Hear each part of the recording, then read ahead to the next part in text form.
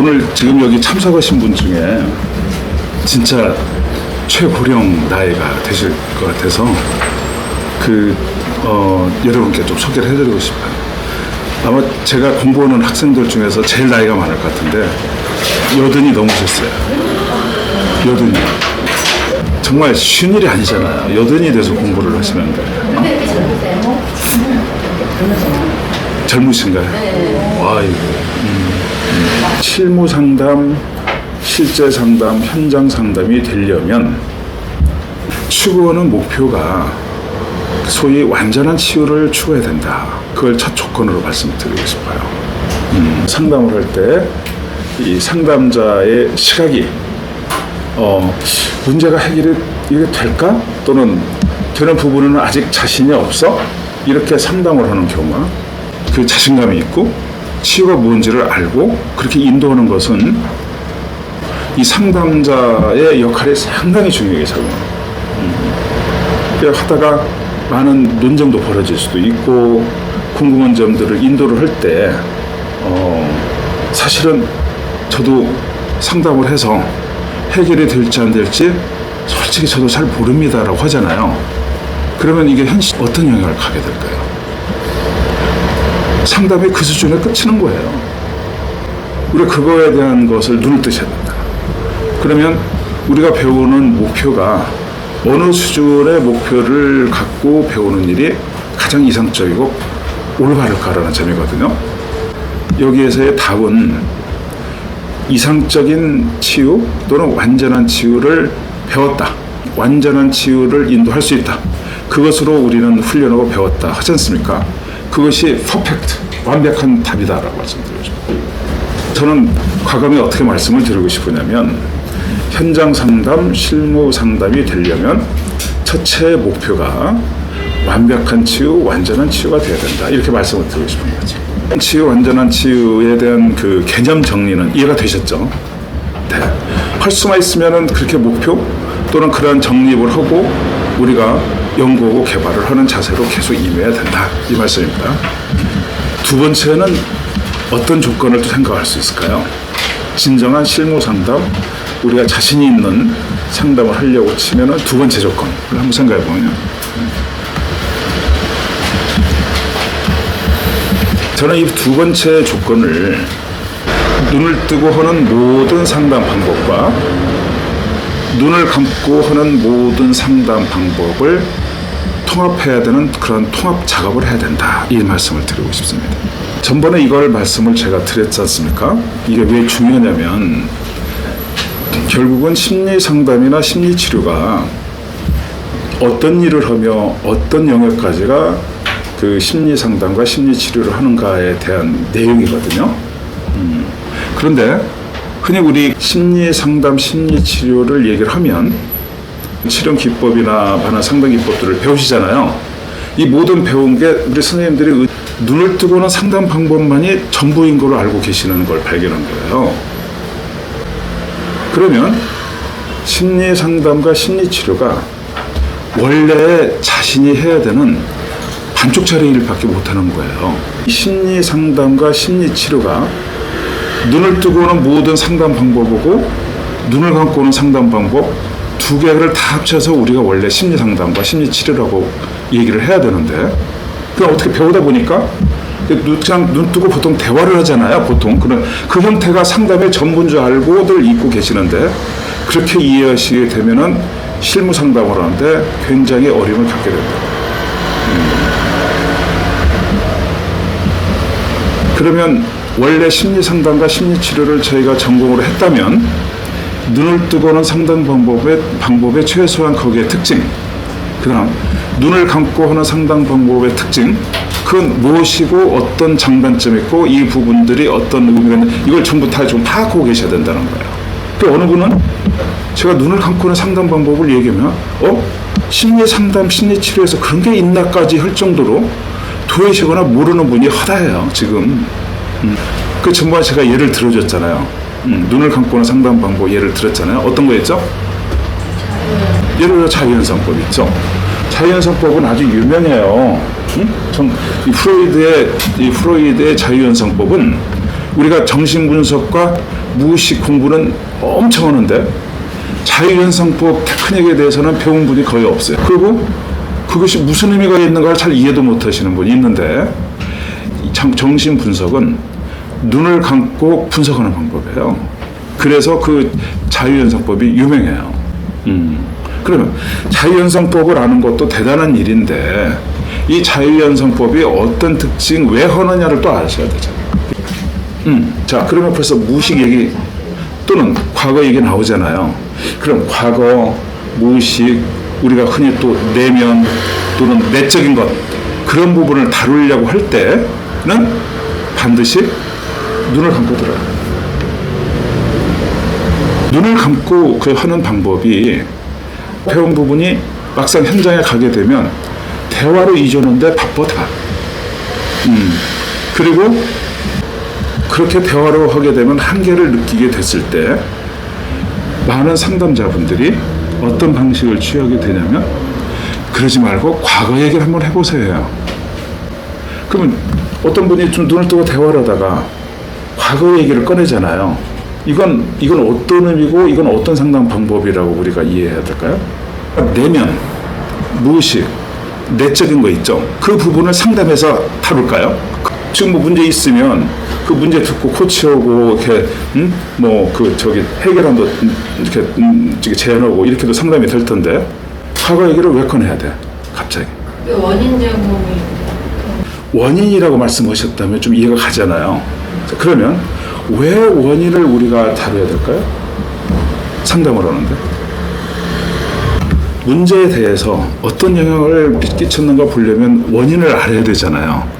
아주 굉장히 그건 정확하게 말씀하신 거거든요. 그런데 상담 기법마다 그 원인을 규명할 필요가 없다고는 상담 기법도 많아요. 그래서 선생님들께서는 향후에 상담을 하시는데 완전한 치유 없습니다라고 얘기하시면 안 돼요. 완전한 치유가 있습니다라고 얘기하는 부분이 훨씬 바람직하고 올바른 자세. 없다고 그러면은 그게 겸손한 이분은 굉장히 실력이 있다 이렇게 이야기하는 게 아니라 내담자 입장에서는 내담자는 생각이 다릅니다. 우리하고 달라요. 그리고 이게 나날이 앞으로 갈수록 사회에서나 내담자의 요구가 대충 얻어 넘어가고 그런 쪽으로 안 가요. 모든 사회가 스스로 발전하는 게 옛날에는 우리가 미미했어도 그냥 넘어가지만 갈수록 그 완벽한 쪽으로 가는 거예요. 그런데 유독 이 심리 상담만 그런 노력과 경쟁은 않고도 그냥 먹고 사는데 근심 없다. 과연 그렇게 할 수 있을까요, 앞으로? 앞으로 분명히 굉장히 민감하게 이런 부분들을 요구하고 그 부분을 응대해야 되는 그러한 지금 입장에 처해 있는 게 바로 우리 선생님들이시다. 이 말씀이에요. 그래서 눈을 감고는 상담 방법, 눈을 뜨고는 상담 방법, 이 개념만 오늘 선생님 이해만 제대로 해도 굉장히 중요하게 눈을 뜨신다 이런 말씀이에요.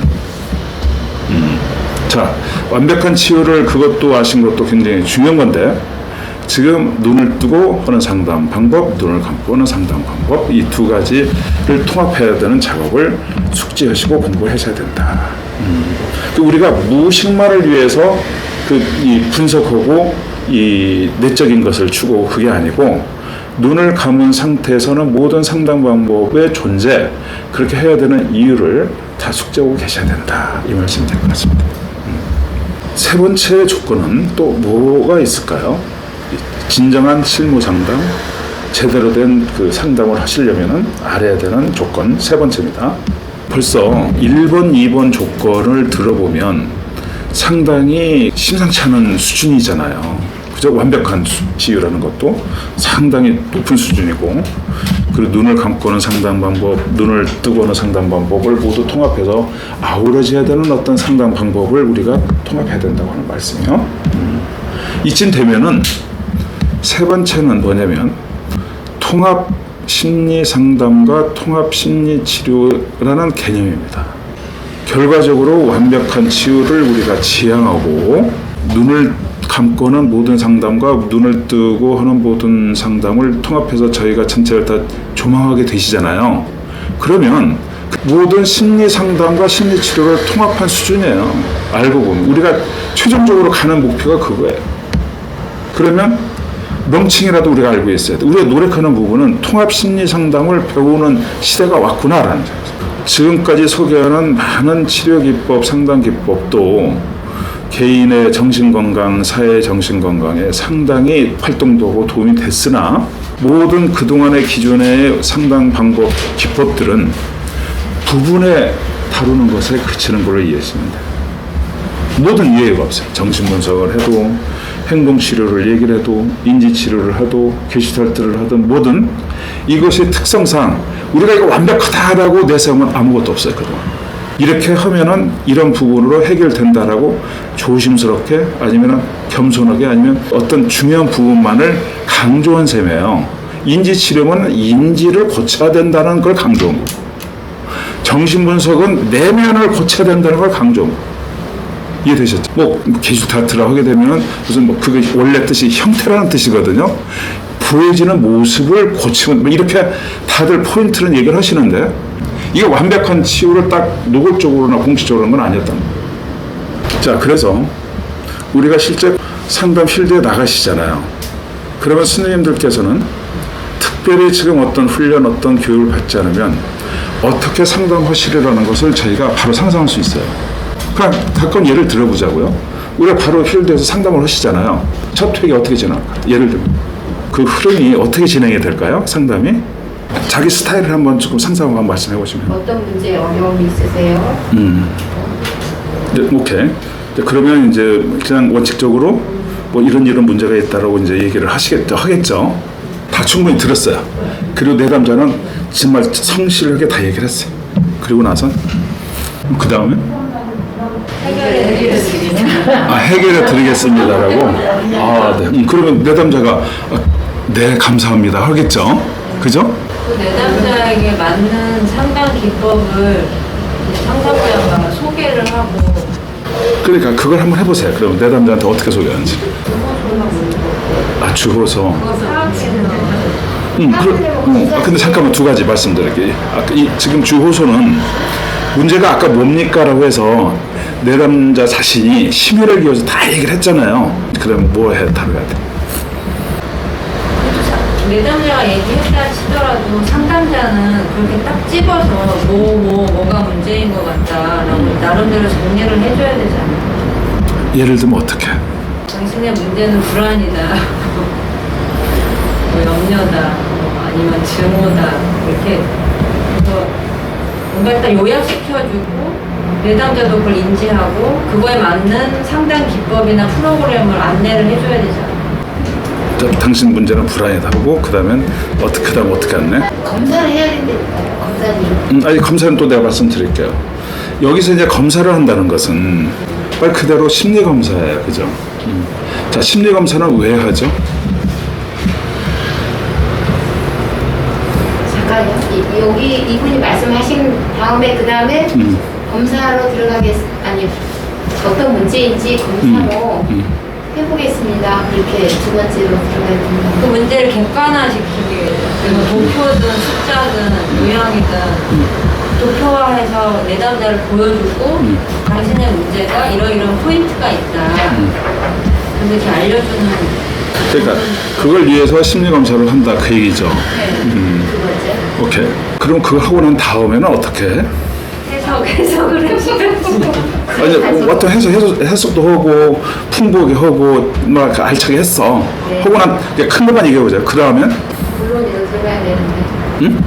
물론으로 들어가서지. 그러니까 어떤 물론 심리 검사는 왜 하게 되고 그거 하고 난 이후에는 어떻게 조치를 취해야 되는가 그것도 아셔야 돼요. 근데 무엇보다도 우리가 심리 검사는 왜 할까라는 점이에요. 심리 검사가 하는 원래 뜻이 뭐죠? 뭐가 문제인지 알기 위해서. 자, 뭐가 문제인지 알기 위해서 심리 검사를 했잖아요. 그러면 여기서 아까 우리 앞 선생님께서 문제를 다 듣고 당신 문제는 뭐다 이렇게 얘기했잖아요. 불안도 있고 이렇게 그 다음을 위해서.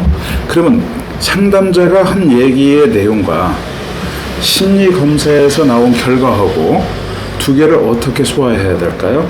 해석을 해줘요. 해석. 그러니까 해석은 다 어차피 해.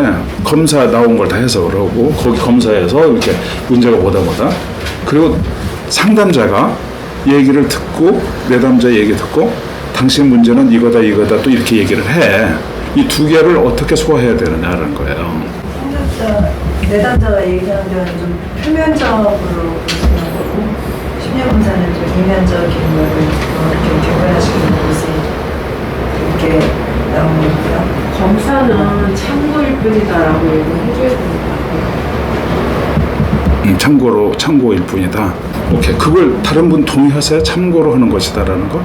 아니면 그건 다른 기능으로 해석하시는 분이 계시나요? 내담자한테는 참고입니다. 그렇게만 가볍게 얘기해 줍니다.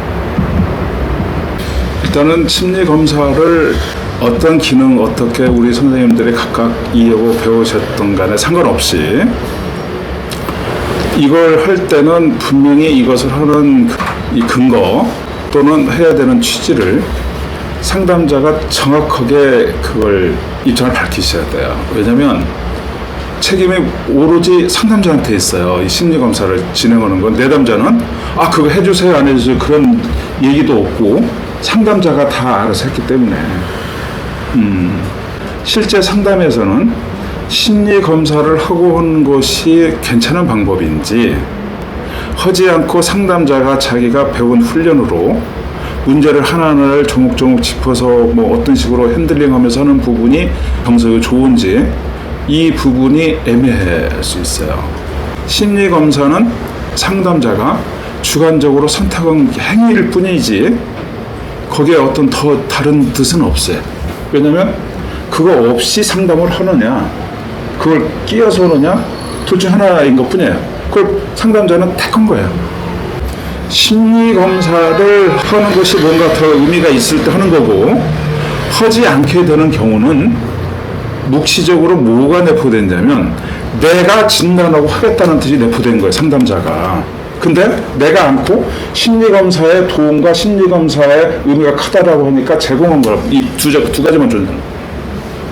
그 뜻하는 바가 심리검사를 활용하는 게 현장에서는 진단은 쪽집게처럼 딱 나와야 돼. 진단이란 뜻이 원래가. 왜 우리 심리 상담에서는 아무렇게 진단해도 우리가 다 그럴 수 있다라고 거기 끄덕거리고 하는지 난 그걸 이해를 못해요. 진단의 원래 뜻이 진단이 얼마나 정확하냐에 따라서 이게 지금 앞으로 문제가 해결되고 안 되고 중요한 관건이야 이게.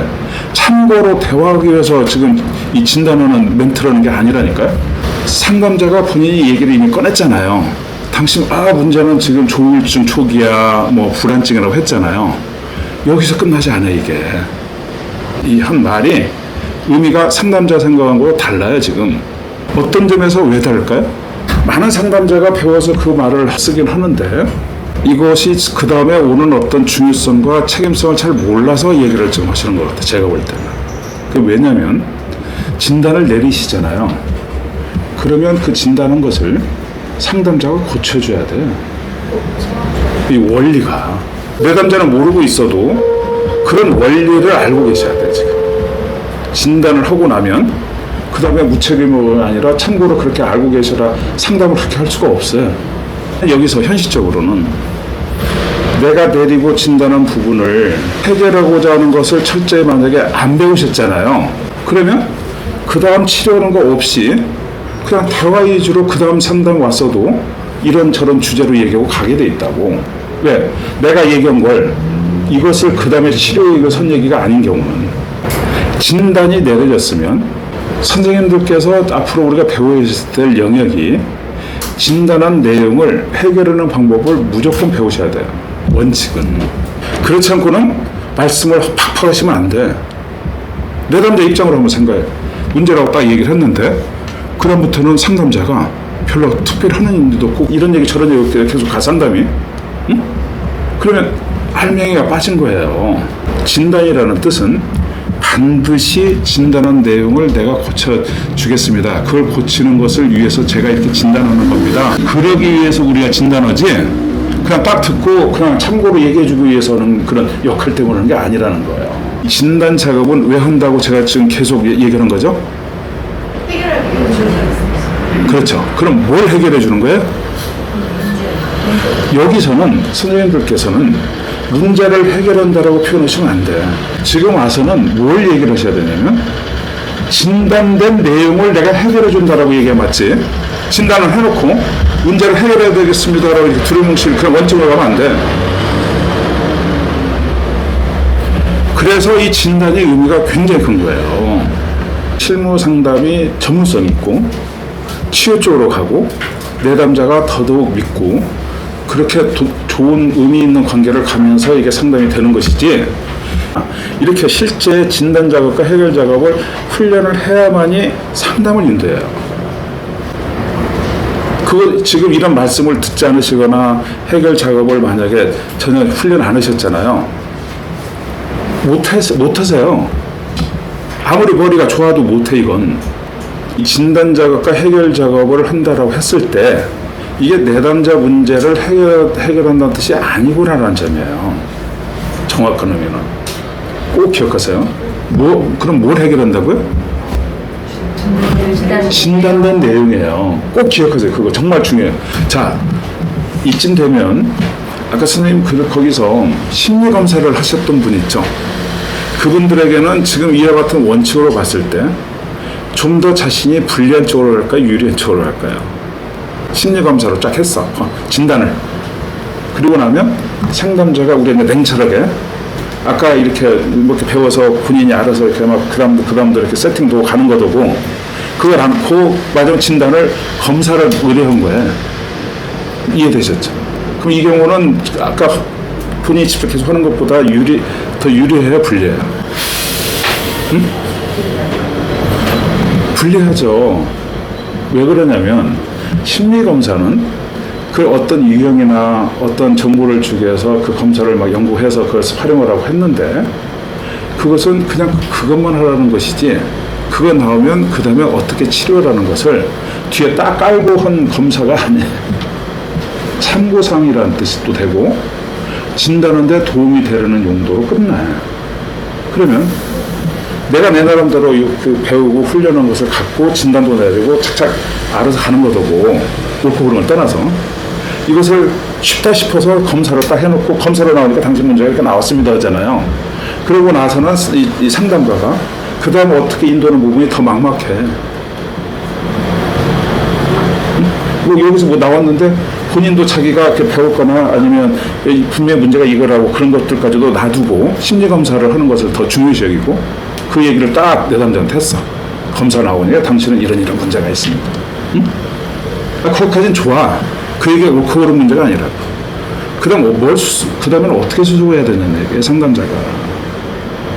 그래서 진정한 치료 상담 현장에서는 심리검사를 보통 사용 안 해요. 어느 내담자가 자기 문제가 뭔지 궁금해한다든가 그런 경우에 그런 수준의 어디에 뭐 기관에 가서 그걸 돌려서 당신은 무슨 형입니다 뭐 이렇게 그런 용도로 하게 되면은 탈이 안 나니까 쓰지만 치료로 가게 되잖아요. 이렇게 굉장히 의미 있는 문제를 만나게 된다니까요.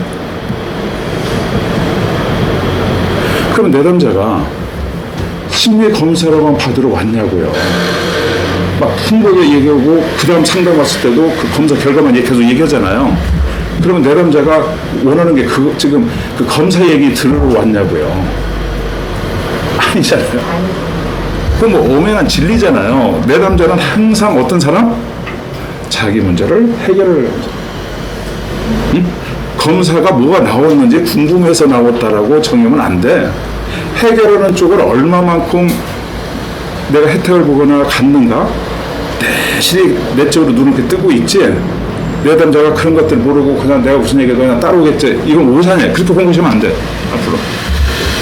그 문제가 뭐다라고 이 상담자가 얘기를 할 때는 상당한 책임감과 그 굉장히 중요한 것들이 뒤따르고 하는 그런 멘트구나. 그걸 눈을 뜨셔야 돼요.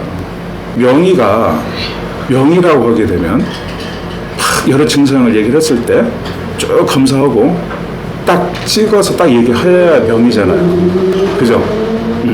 별거 아닙니다. 그냥 단순히 신경성 복통입니다. 아니면 암 일기입니다 하잖아요. 근데 암 일기를 다 다른 거일 수도 있다는 걸 합쳐서 막 설명을 하잖아요. 그러면 이 의사 선생님 믿을 수 있냐고요. 근데 심리 상담도 문제를 그런 똑같은 원리에 있는데 우리만을 그냥 넉넉하게 그렇게 진단하고 가는 거예요 지금. 자, 일단 아까 제가 그 조건으로 다시 와서 그 말씀을 드리고 싶은 부분은, 그래서 거기서는 뭐냐면 글로벌 통합 심리 상담과 심리 치료의 개념에 눈을 떠야 된다. 그게 세 번째였나요? 네 번째였나요? 지금 적고 계시죠? 세 번째인가요? 세 번째. 네 번째 조건이 있거든요. 네 번째 조건은 뭐가 있을까요?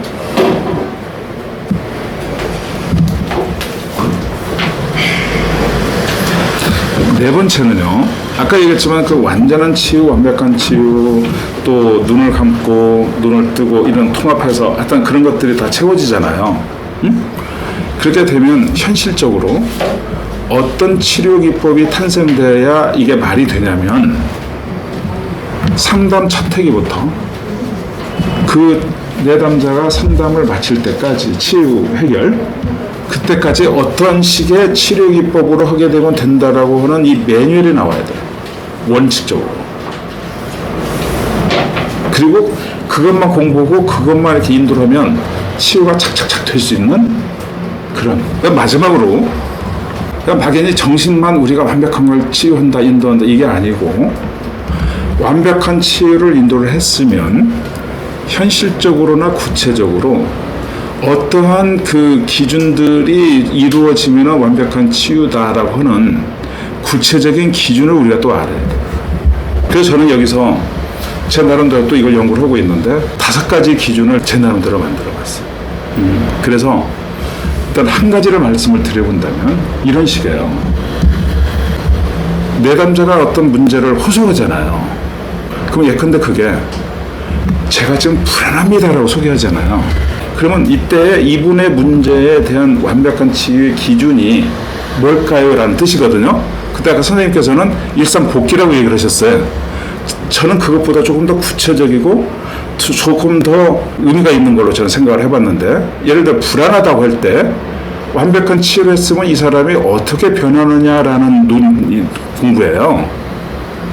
일상복귀냐 아니면 럴럴럴 하는 뭐 그런 컨디션 회복이냐, 그런 얘기거든요. 예를 들어서 어떤 기준이 구체적이 될까요? 쾌활한 뭐 직장 생활, 그것이 기준이어야 되느냐, 아니면 어떤 다른 것이 기준이 돼야 되느냐, 이런 얘기죠. 일상 생활을 하는 데 있어서 그냥 밥 먹고 자고 뭐 이런 거를 일상생활이라고 하잖아요. 근데 그런 지금 얘기했던 직장 뭐 이런 거는 업무 능력까지를 얘기하는 거잖아요. 근데 일단 그냥 결론적으로 우리가 현실적으로 실무 상담, 실제 상담에서 그 아까 불안 진단을 받은 분이 있잖아요. 그 부분을 일상생활 복귀까지 프로그램 잡는 것은 너무 광범위하다. 또 그렇게 잡는 거 아니다라고 말씀드렸죠. 그렇게 할 수도 없어요, 우리가. 막 목표를 그렇게까지 해서 그 사회생활이나 직장까지 막 어떻게 해야 그렇게 되는지 그걸 목표로 잡으면 안 된다 이 얘기예요. 단적으로 얘기해서 불안하다고 할 때 구체적인 여기서의 치료의 기준은 뭐냐면, 그냥 이건 이제 제가 지금 드리고 싶은 건 더 이상 불안하지 않다예요. 그게 목표로 되고 상담하시면 선생님께서 베스트예요. 그래, 이런 기준을 자꾸 훈련하고 배우셔야 된다니까. 어떻게 하면은 그렇게 되느냐는 차치해 하고, 일단 이분을 우리가 지금 완전한 치유가 되면 어떻게 될까 있죠. 그건 최소한 알고 있어야 된다. 그래서 이 기준을 아는 게 중요하다니까요. 그래서 제가 지금 한 5-6가지 제가 만들어 놓은 게 있는데, 근데 여기서 만약에 일상복귀로 하게 되면 불안 얘기를 않게 되고 일상복귀하는 것만 계속 얘기 나올 거 아니에요. 방향이 달라. 그렇게 되면요. 그래서 구체적인 그 완전한 치유, 완벽한 치유가 현실적으로 그게 이루어지게 되면은 어떻게 나타나는가, 그 기준도 중요하게 알고 배워야 된다. 이렇게 오늘 5가지를 말씀을 드렸다. 5가지 제가 말씀한 부분, 이것만 정확하게 이해를 해도 굉장히 의미가 클 거라 생각이 듭니다. 우리 선생님들께서. 자, 지금 오늘 그 진도에 대해서 궁금한 거나 여쭤보고 싶은 거 있으면 좀 말씀을 하고 싶습니다. 쓰레기 그거 한 번만 더 설명해주세요. 쓰레기. 쓰레기 개빌더 이론 관심이 생기시죠? 일단 어떻게 지금 알고 계세요? 그 쓰레기 개빌더 이론을? 아니 잘 설명도 했고 애한테 그걸 적용을 했어요. 아니 그건 어떻게 적용했다는 말씀인지 궁금하네. 야, 네 불안한 거는 아무것도 아니야. 쓰레기래. 직설적으로. 저는 설명 못하니까. 근데 애가 그거를 더 해석을 해서 설명을 하더라고요. 뭐라고. 잘. 일단 결론적으로 말씀을 드리면 네. 그 아이에게 그 얘기를 하고 쓰레기를 버려라 그렇게 하시면 안 돼. 그렇게 말을 해서 그렇게 그걸 해결하는 게 아니에요. 그렇게 그 당사자가 하게끔 하는 그 치료 방법을 순서대로 제공을 하는 것을 배우고 그걸 인도를 해야 그 쓰레기라고 배워지지 직접 당사자에게 말을 해서 이게 효과가 되는 건 아니에요. 무슨 얘기냐면 불안한 분이 있잖아요. 너 불안할 필요가 없다. 그 불안하지 말라고 되뇌이라. 그렇게 해서 이분이 불안이 해결되는 건 아니에요. 아까 그 목표를 우리가 잡았잖아요. 만약에 진단을 해봤더니 이 사람의 문제가 불안하다면 불안하지 않다를 우리가 목표로 잡았잖아요. 그 목표로 잡은 걸 당사자한테 얘기를 하고 그러니까 불안하지 말 이렇게 대화하면 큰일 나. 효과가 안 나고 오히려 부작용이 생겨요. 이것은 이렇게 해놓고 이 컨셉을 이렇게 불안하지 않게끔 하는 이제 제가 치료 방법을 소개할 거거든요.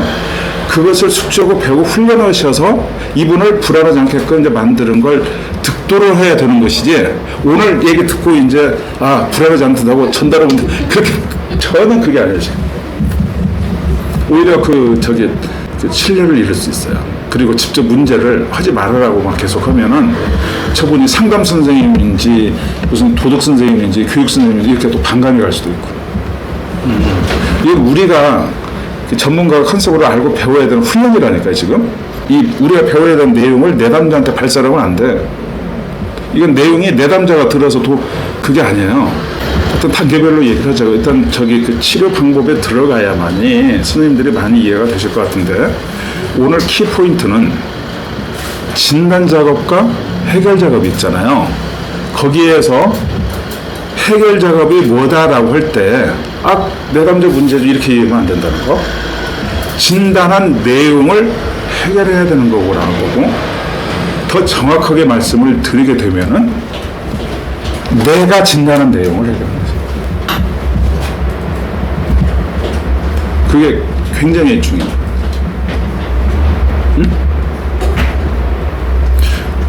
그래서 우리 선생님들께서는 상담에서 내담자가 무슨 얘기를 쭉 하게 되면 선생님 문제는 이거고 이렇게 얘기를 할 때 신중해야 될 필요가 있고 그리고 무엇보다도 그 얘기를 하고 나서는 자기가 한 말 있죠. 그걸 고쳐야 되는 걸 전제로 얘기를 해야 되지 고치는 걸 만약에 아직 안 배웠으면 그 얘기도 하지 말라고 권하고 있어. 수습을 어떻게 내 말을 해놓고 내담자. 왜냐면 내담자는 기대를 할 텐데 내 문제가 불안이었구나. 원리가 그건 이해가 되셨죠. 만약에 어떤 내담자는 거기까지 설명해 줬더니 너무 그 부분을 좋아하고 그걸로 큰 도움이 됐다고 그렇게 할 수도 있거든요. 그 상담을 하다 보면 그럼 그분은 거기까지 하고 많은 의미와 만족감을 드렸지만 선생님들께서는 그렇게 거기까지만 하고 더 이상 그 치료 방법을 안 배우시면 낭패가 되는 거예요. 왜? 내담자가 다 그렇게 끝나나? 선생님 진단하는 거 있죠? 거기에 만족하고 상담 굉장히 의미가 있고 안 받아도 됩니다. 오늘 말씀이 큰 힘이 됐습니다. 그런 내담자도 있어요. 근데 모든 내담자가 그런 기대를 한다라고 배우시고 거기까지만 얘기하면은 안 되시죠. 이해되시죠? 왜? 그걸 듣고 그러면 선생님 볼 때 제 문제가 불안이라고 칩시다. 그러면 이제 어떻게 하는지도 좀 알려주세요 하잖아요. 근데 뭐라고 얘기를 하시나요? 왜? 거기까지 생각 못하고 내담자는 다 여기까지 해두면 다 집에 갈 줄 아는데 거기까지만 공부했어요.